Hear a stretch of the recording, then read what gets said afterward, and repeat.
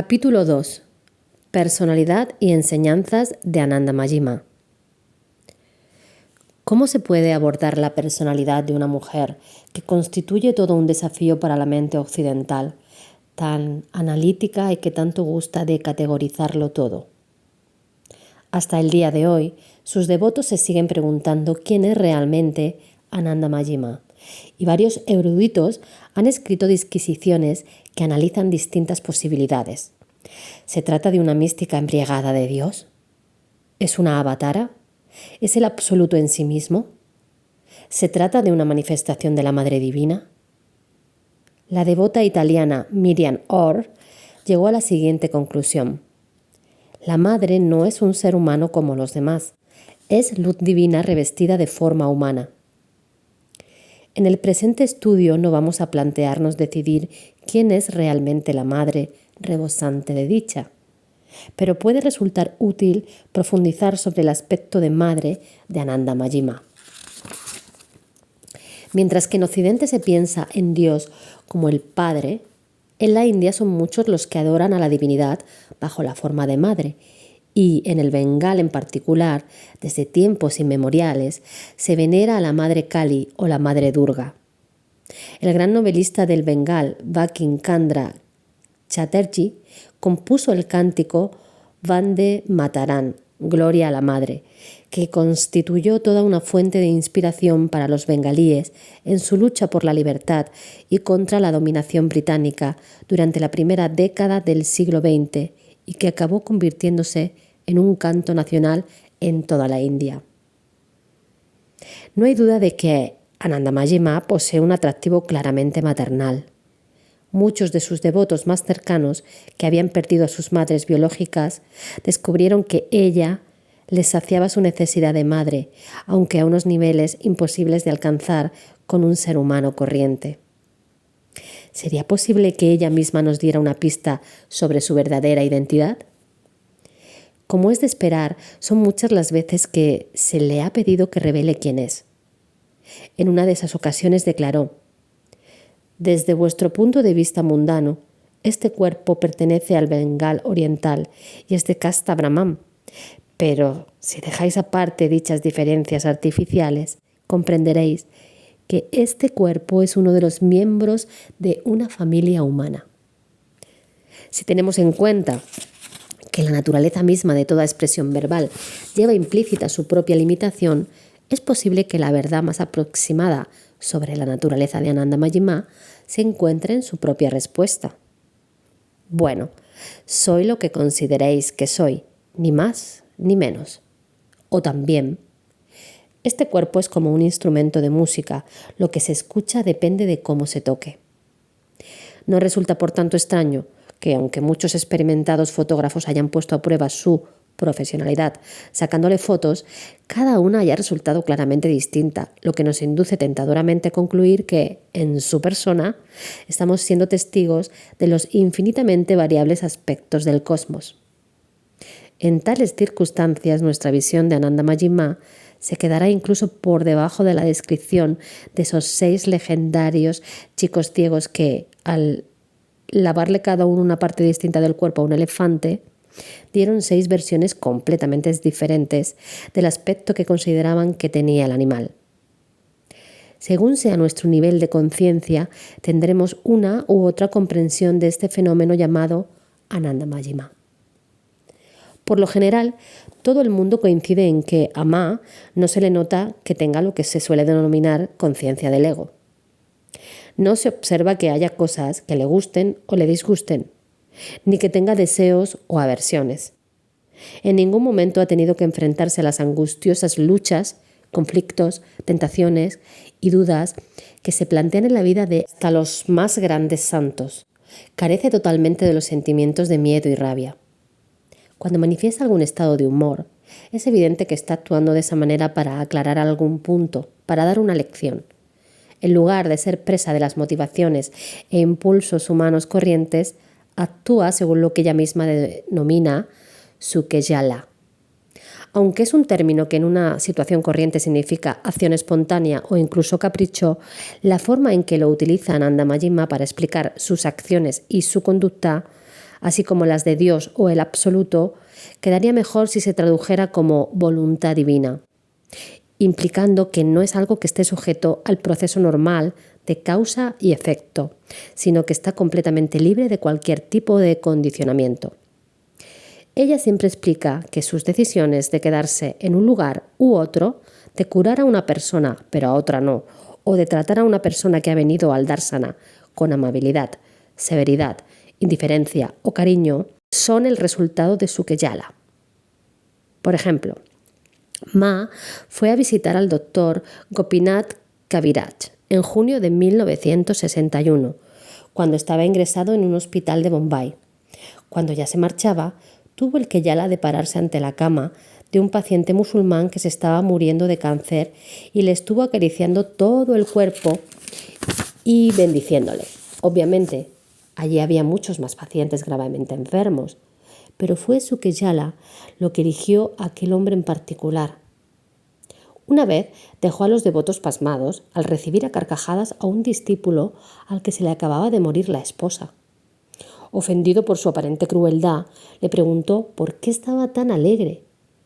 Pitaji, forma cariñosa de padre, le respondió: ahora existe una barrera menos entre tú y Dios. Por otro lado, Anandamayi Ma puede mostrar un cariño que supera toda comprensión. Había un joven en uno de sus ashram que se había portado terriblemente mal y que era tan egoísta y cabezota que tenía desesperados a los demás residentes del ashram. Finalmente, le comentaron a Anandamayi Ma que debería ser expulsado. Sin embargo, ella respondió: si nadie quiere a un chico tan pobre y desventurado, ¿no creéis entonces que es a mí a quien más necesita?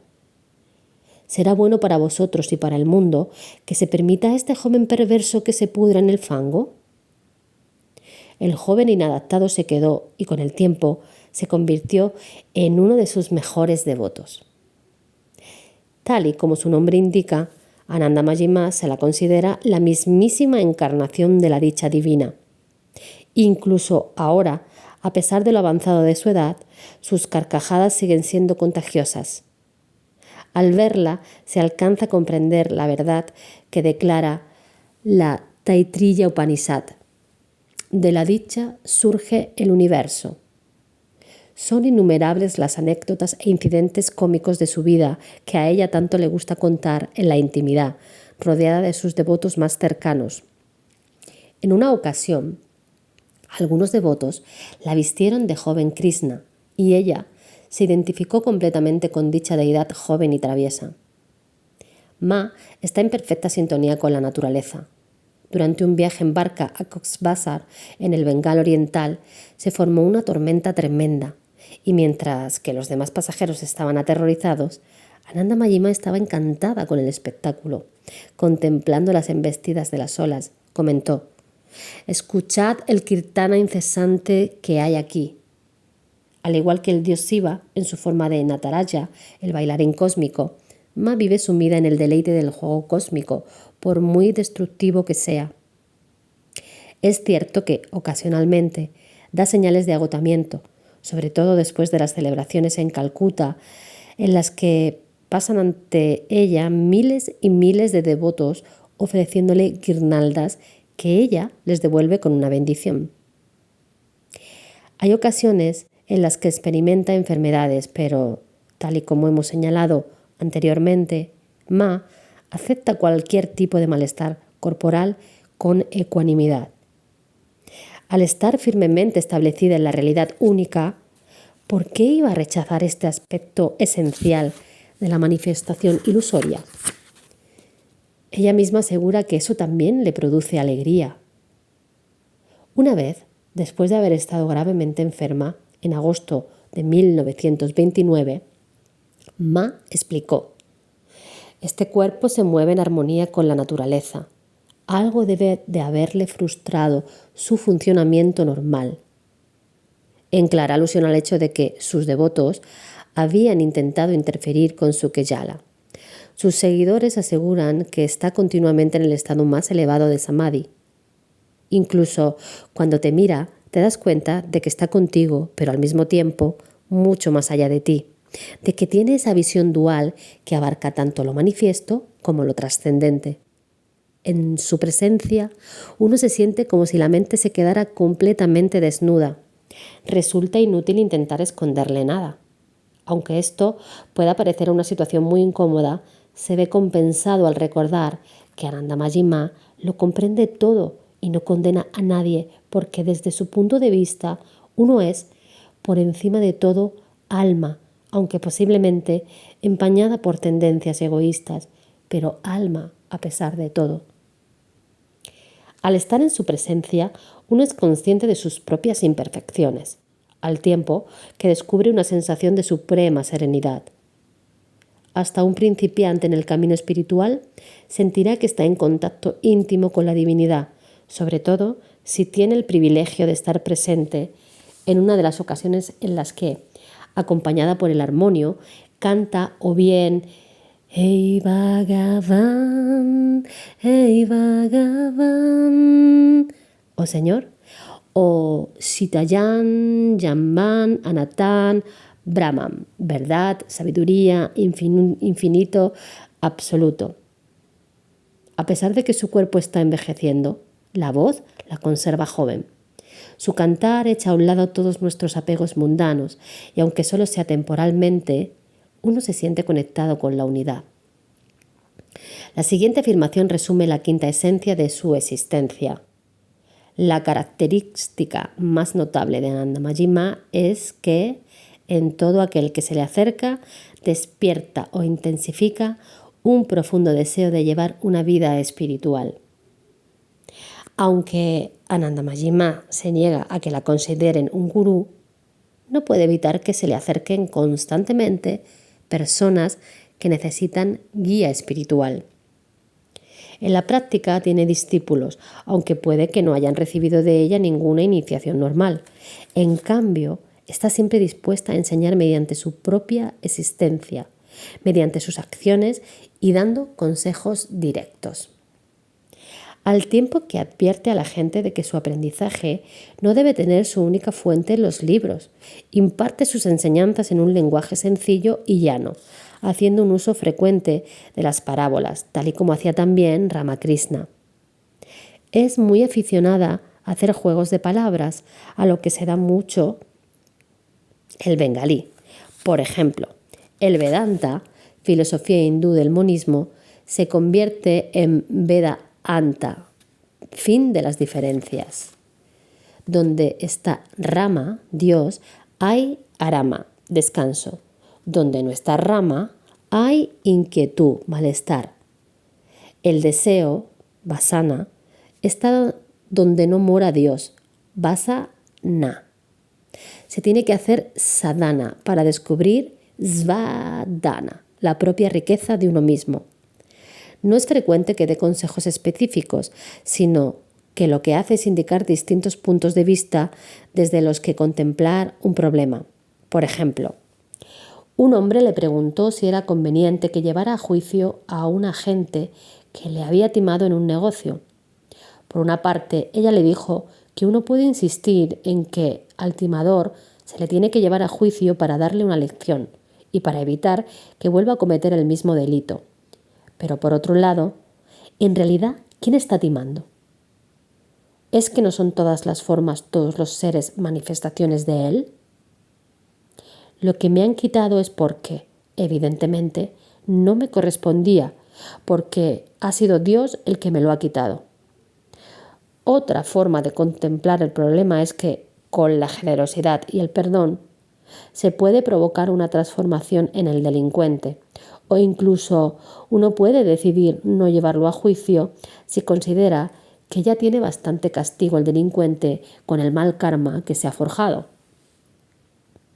Finalmente, uno también se puede plantear que si el delincuente fuera su propio hermano, no le llevaría a juicio. Según cuál sea el punto de vista que te parezca más acertado de todos estos, así debes actuar. Cuando una persona se le quejó de que nunca daba respuestas claras y definitivas cuando se le preguntaba por problemas, Ananda Majima replicó: al menos has conseguido comprender que existe un estado en el que los problemas ya no se resuelven de una forma en particular, no hay ninguna solución que sea siempre definitiva. Cuando la mente encuentra una solución a un problema, es forzosamente porque está asociada a un punto de vista determinado y en consecuencia siempre puede haber algo que lo contradiga, ya que tu solución no representa más que un determinado aspecto. La única forma de alcanzar la solución es trascendiendo la zona de las múltiples facetas. Anandamayi-Ma aprovecha la más mínima ocasión para dar enseñanzas. Por ejemplo, en sus ashram de Solom, la entrada está presidida por 2 tigres de madera que están tan bien pintados que dan totalmente la sensación de que están a punto de lanzarse encima de cualquier presa potencial. En una ocasión, un perro callejero se acercó pidiendo comida y Anandamayi-Ma le puso un poco de alimento cerca de esas estatuas. Obviamente, el perro se encontró en un dilema, porque se moría de ganas por comerse aquella comida, pero tenía miedo de que los tigres se lo impidieran. Entonces ella comentó en broma que ese perro se encontraba en la misma posición que la mayoría de los seres humanos que son presa de sus propios miedos ficticios. Ya sea directa o indirectamente, Anandamayi-Ma siempre se ocupa de los que le han entregado su vida para, con su ayuda, liberarse de sus imperfecciones. Vijayananda, el doctor Weintraub, relata que se había excedido en su preocupación por encontrar un asiento en los frecuentes viajes que realizaban. Al albergar la esperanza de que se compadeciera de su punto débil, todo aquel que fuera consciente de lo atestados que van los trenes en la India. Sin embargo, el anhelar con tal vehemencia el confort material constituye un obstáculo para el progreso espiritual. En una ocasión, Vijayananda había desarrollado toda una táctica para conseguir un buen asiento, por lo que se había colocado en un lugar estratégico del andén en la estación. Sin embargo, su astuto plan se vio desgraciadamente trastocado por Anandamayi-Ma. Cuando el tren entró en la estación, ella le pidió que se ocupara de un montón de equipaje y que se encargara de que lo cargaran todo en el tren. Fue una drástica lección sobre cómo vencer el egoísmo, la cual, al parecer, debió aprender rápidamente, puesto que, como recompensa, Anandamayi-Ma se aseguró de que consiguiera, como él deseaba, un buen asiento.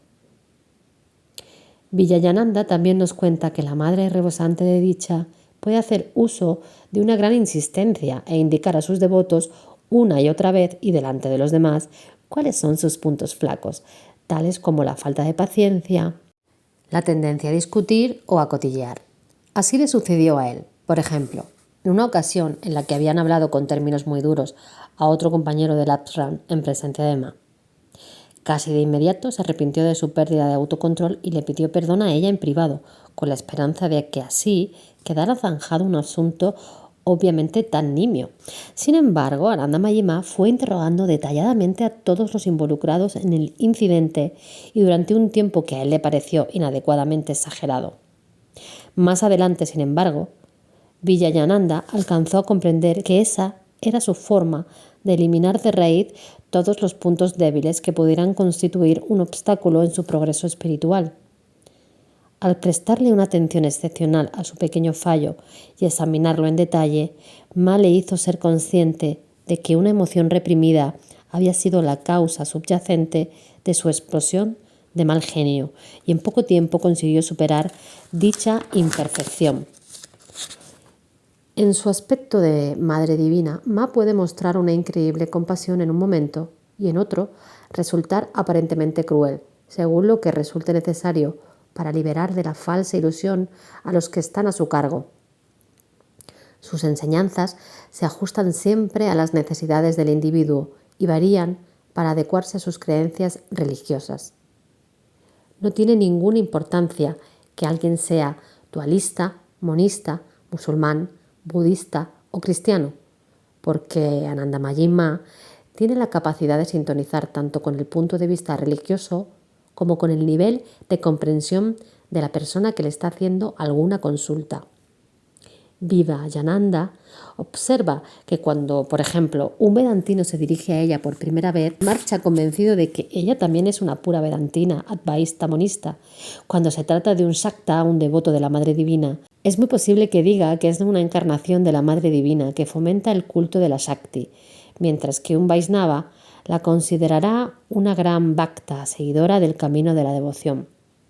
Pero se necesita tratarla bastante de cerca y durante bastante tiempo para que uno se acabe dando cuenta de sus innumerables facetas. Mientras que Arnaud de Jardin comentó que Anandamayi Ma le acercó a Jesucristo, los budistas, los sikhs y los musulmanes encuentran también que ella les refuerza su fe en sus creencias respectivas. Lo esencial del mensaje de Anandamayi Ma es que solo existe realmente un ser único, Dios, Brahman. El ser único que es eterno, el Atman, verdadero ser. Él es el que viaja por el sendero de la inmortalidad. Él lo es todo en todo lo que existe. Él es lo único que existe. Todo lo demás no es más que un extenderse, un mero comentario sobre esta aserción. Por lo tanto, en última instancia, uno podría considerarla monista siempre y cuando uno comprenda que el dualismo es una faceta del monismo, ya que lo que sucede es que la unidad busca expresarse a través de la infinita variedad de formas, maneras y acontecimientos.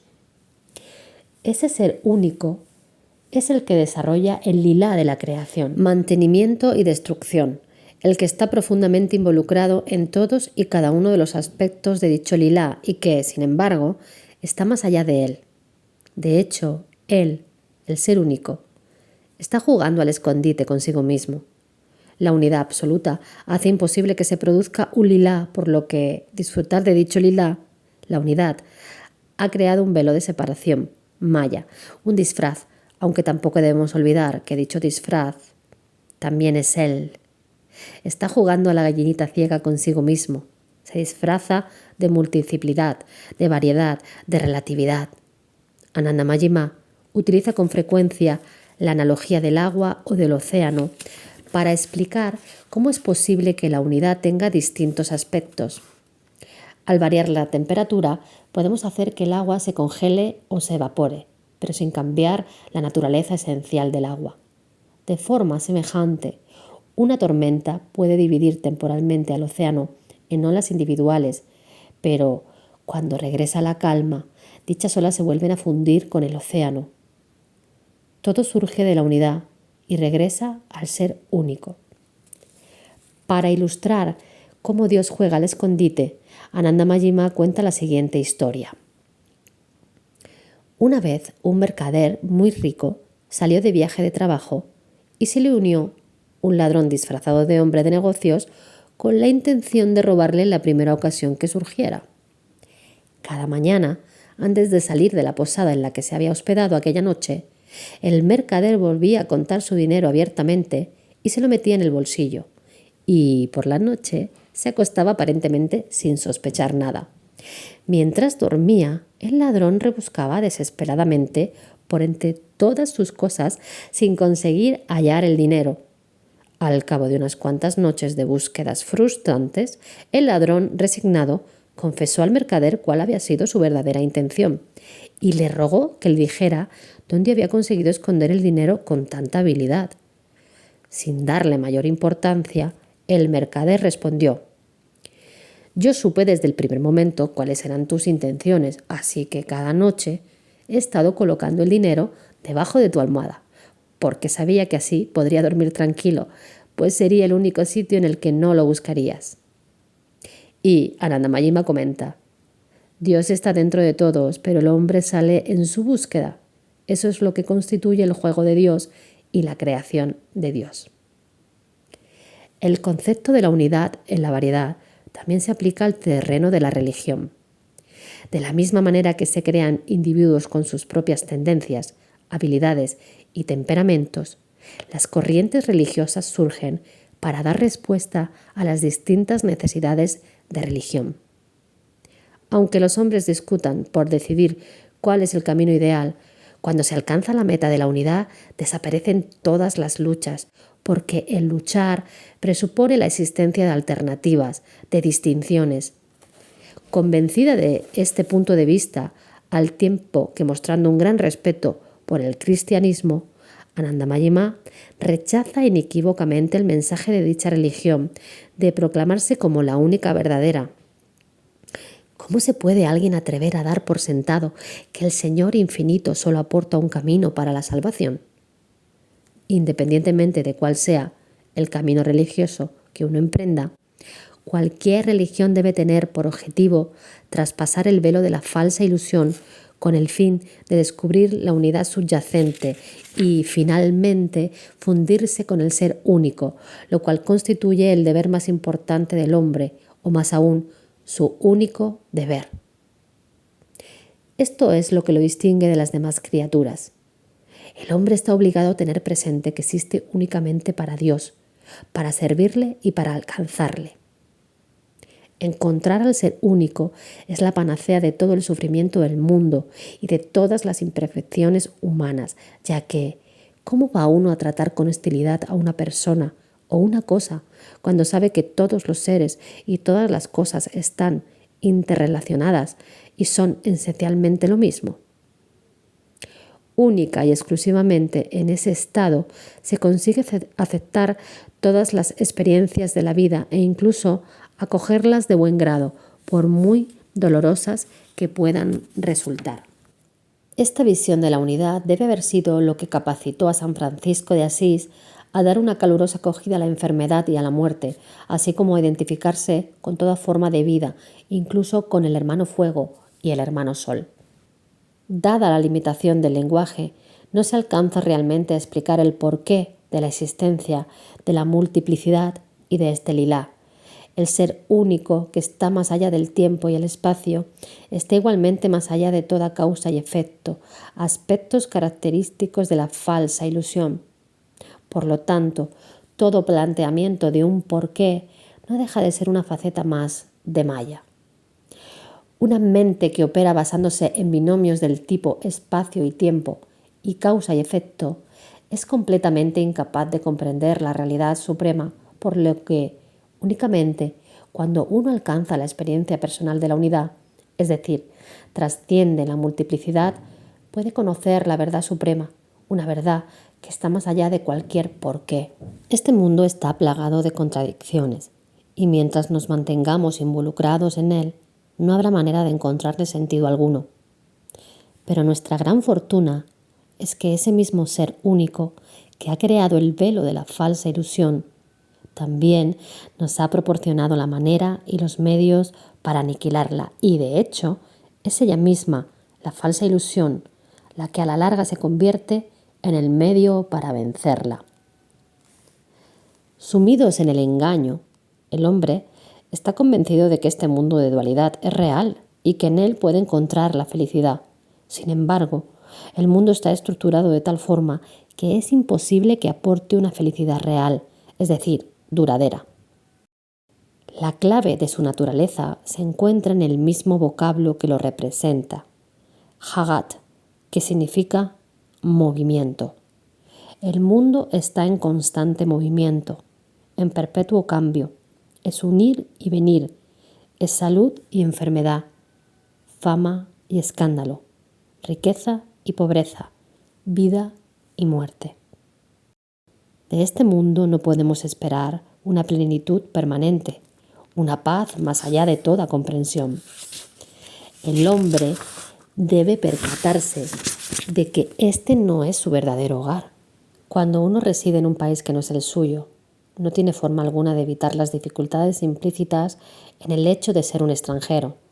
Tu verdadera patria es aquella en la que no tienen cabida conceptos como aflicción y pesar, violencia y odio, distanciamiento, ni siquiera pares de opuestos como luz y oscuridad. Al no ser más que un mero visitante en este mundo, un foráneo, el hombre no debe entretenerse en exceso. Mientras esté sumido en su ignorancia y convencido de que puede alcanzar la felicidad aquí, ya sea de forma en fama, riqueza, poder o amor humano, al morir se verá obligado a regresar a este mundo para aprender más lecciones, ya que sus ataduras mundanas constituyen automáticamente y en las descriptivas palabras de Ananda Mayima su billete de ida y vuelta. Dado que Ananda Mayima le pide encarecidamente al hombre que inicie su camino de regreso al ser único, quiere decir que, según ella, el hombre goza de libre albedrío para emprender satisfactoriamente dicho periplo basándose en su propio esfuerzo. Como muy bien sabemos, los teólogos llevan siglos discutiendo sobre un tema tan peliagudo como este, pero Ma deja bien claro que existe una sutil interrelación entre el libre albedrío y la gracia, y que el libre albedrío constituye en última instancia parte de esa misma gracia, por muy contradictorio que pueda parecer. Lo cierto es que en el mundo todo se consigue mediante la fuerza de voluntad, cuando uno consigue hacer de sus ideales el fundamento de su vida a base de determinación y paciencia. Sus acciones se vuelven fructíferas y esa persona recibe el apoyo del poder divino. Mientras nos mantengamos en la ignorancia, solo seremos aparentemente libres en cuestiones menores porque estamos limitados por nuestras debilidades e ineptitudes, porque somos esclavos de nuestros cambios de humor, de nuestros antojos y nuestros impulsos. Ananda Mayima compara la libertad del hombre medio con la de una vaca que está atada a un palo con una cuerda. Dentro de lo que da de sí la cuerda, la vaca se puede mover con libertad, pero, lógicamente, si fuera capaz de romperla, alcanzaría la libertad total.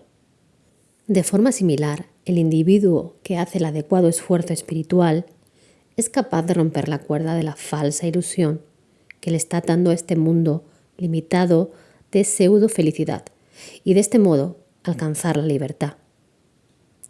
Es cierto que, habitualmente, la ley del karma opera en el universo y, según ella, el individuo recoge lo que siembra, aunque no necesariamente en una sola vida, pero siempre llega un momento en el que el karma nos pasa cuentas. Dado que todos los seres interactúan entre sí, todas las acciones, pensamientos y sentimientos dejan un rastro en este universo, el cual se puede comparar a un enorme ordenador en el que todo eso va quedando grabado.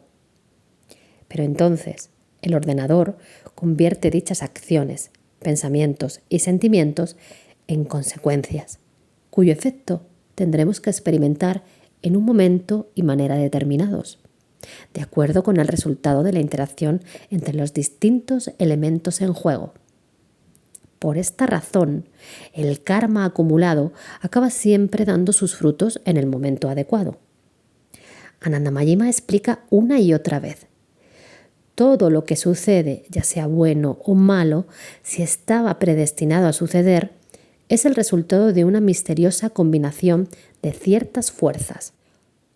O también, todo lo que sucede es porque está destinado a suceder. Sin embargo, no es que la madre rebosante de dicha sea una estricta fatalista. La ley del karma no es el único factor que debemos considerar, ya que Dios no está limitado por ninguna ley, sino que su libre albedrío prevalece sobre el aparente albedrío del hombre.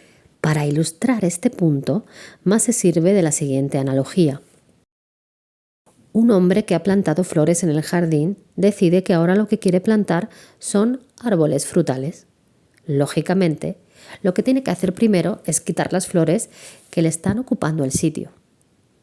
Pues de manera semejante, solo que a una escala mucho mayor, Dios, el gran jardinero, va reorganizando su universo según su propio diseño.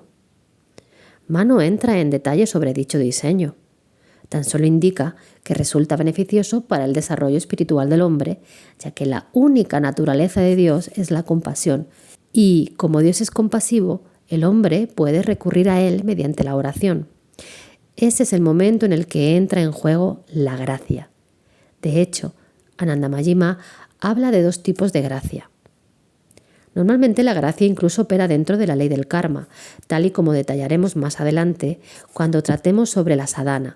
El karma funciona de tal forma que hasta el peor de los pecadores acabará optando por adoptar el camino de la liberación, lo cual lleva implícito que la gracia está integrada en el mecanismo del universo. Por esta razón, para Ananda Mayima, todas las acciones, todas las experiencias son para bien. Pero es que, además de la gracia universal, hay una gracia especial, una gracia mediante la cual Dios puede borrar completamente las deudas kármicas, consecuencias, de aquellos que recurren a Él con sinceridad y absoluta devoción. Dios les puede elevar a esa esfera trascendental en la que ya no opera el karma. Mientras gran parte del pensamiento religioso hinduista se ocupa del karma y de las maneras de evitar el tener que volver a nacer en este valle de lágrimas, el mensaje de Ananda Mayima enfatiza el hecho de que el karma y la reencarnación no son más que aspectos de la falsa ilusión, por lo que ella no recomienda a la gente que intente descubrir lo que puede haber sido en vidas anteriores, ya que lo considera algo fútil, una pérdida de tiempo. Aunque uno sea capaz de visualizar 500 de las vidas que ha tenido, sigue estando limitado por los números. Es que hay tanto más que todo eso. En la realidad, no cabe plantearse el tiempo o el no tiempo, el día o la noche, el antes o el después. Mientras uno permanezca esclavo del tiempo, no dejará de haber nacimiento y muerte. De hecho, nada de eso existe. Es verdad que llega un momento en que surge el recuerdo de las vidas anteriores, pero por otro lado, ¿qué importancia tiene el antes y el después si existo en toda la eternidad? Para comprender su punto de vista sobre el karma y la reencarnación, resulta esencial tener en mente que Ananda Mayima va y viene constantemente entre los ámbitos trascendental y manifiesto. Al mismo tiempo que sostiene que el karma no existe en la realidad suprema, explica en detalle su funcionamiento a nivel del tiempo y el espacio, y para ilustrar que el individuo medio no puede escapar al destino, es decir, no puede evitar recoger los frutos de su karma, relató la siguiente historia. Una serpiente venenosa había matado a la mujer e hijos de un brahmán erudito. Profundamente afligido, se dedicó a buscarla hasta que finalmente la localizó en un bosque cercano. Pero cuando se acercó al reptil asesino, este se convirtió en un búfalo, el cual se abalanzó sobre otro búfalo y lo mató.